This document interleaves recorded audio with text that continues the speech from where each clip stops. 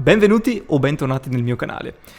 Oggi parlerò di questo oggetto che è semplice, economico e fa veramente miracoli quando scattiamo degli oggetti riflettenti, ossia il filtro polarizzatore.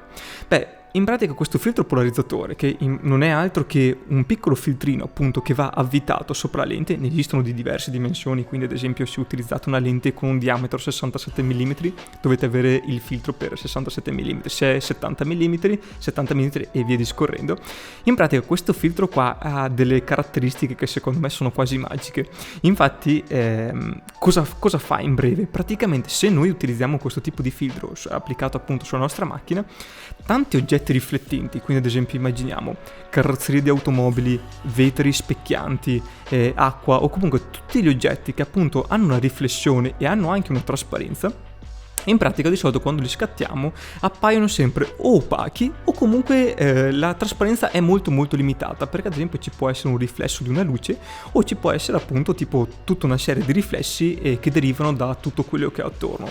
Questo filtro polarizzatore fa veramente dei miracoli perché non va chiaramente a togliere completamente questo tipo di atteggiamento degli oggetti, ma comunque va a mitigare tantissimo tutto quello che è riflesso e superfici appunto che riflettono della luce. Non vorrei darvi una lezione di fisica anche perché non ne sono assolutamente competente in questo mondo qua, anche se ho studiato al liceo scientifico, però in pratica l'unico concetto da capire è questo: la luce è intesa come onda elettromagnetica e va più o meno in tutte le direzioni. In pratica tramite questo tipo di filtro noi riusciamo appunto a deviare queste onde elettromagnetiche e far sì appunto di selezionare solo determinati raggi di riflesso. Quindi cosa significa? Che se fate caso, adesso non so se mette a fuoco, però in pratica tipo questo tipo di filtro ha una ghiera appunto che scorre su se stessa a vita infinita. Quindi una volta avvitata sopra la nostra lente, muovendo leggermente questa ghiera appunto che scorre su se stessa, noi deviamo i raggi appunto che derivano ad esempio dal sole o da fonti di illuminazione artificiale. Quindi cosa significa? Che se ad esempio stiamo scattando degli oggetti riflettenti andremo a mitigare tantissimo questo riflesso. E questa è un'occasione veramente pazzesca, perché se noi scattassimo senza filtro e dovessimo correggere questo errore in post produzione comunque richiederebbe tantissimo impegno e i risultati comunque non è neanche detto che sarebbero così tanto realistici. E quindi con una spesa diciamo di 50-100 euro, e anche in questo caso qua chiaramente ci sono tra l'altro vi metto qualche link in descrizione, esistono dei filtri chiaramente economici che danno una resa economica e dei filtri chiaramente dal punto di vista pro, quindi molto più avanzati, che chiaramente costano di più e hanno delle rese molto superiori. Però in ogni caso il principio da capire è questo: se non utilizziamo questo tipo di filtro, tutto quello che è riflesso comunque ci potrebbe dare un problema.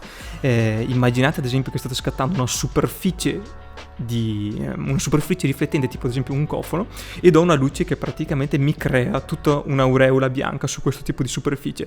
Bene, con questo tipo di filtro vado tantissimo a mitigarlo e vado chiaramente leggermente a risolverlo. È chiaro che non scomparirà. L'approccio e la metodologia appunto di risolvere i problemi mentre scattiamo e non risolverli in post produzione chiaramente ci agevolerà tantissimo. Questi filtri li trovate per le lenti fotografiche, li trovate per le videocamere, ma soprattutto tra l'altro adesso esistono anche per gli smartphone, quindi anche per chi fa fotografia con gli smartphone comunque esistono questi filtri che vanno messi a clip praticamente appunto sopra la superficie sopra la lente appunto della macchina fotografica, ad esempio dell'iPhone o del vostro telefono che utilizzate, e questo qua comunque avrà un approccio molto migliorativo su tutto quello che è superfici riflettenti e su quello che appunto è una resa più efficace, più oggettiva del nostro oggetto. Spero che questo piccolo tips ti sia utile. Se hai qualche dubbio scrivimi pure qua sotto e ci vediamo al prossimo video.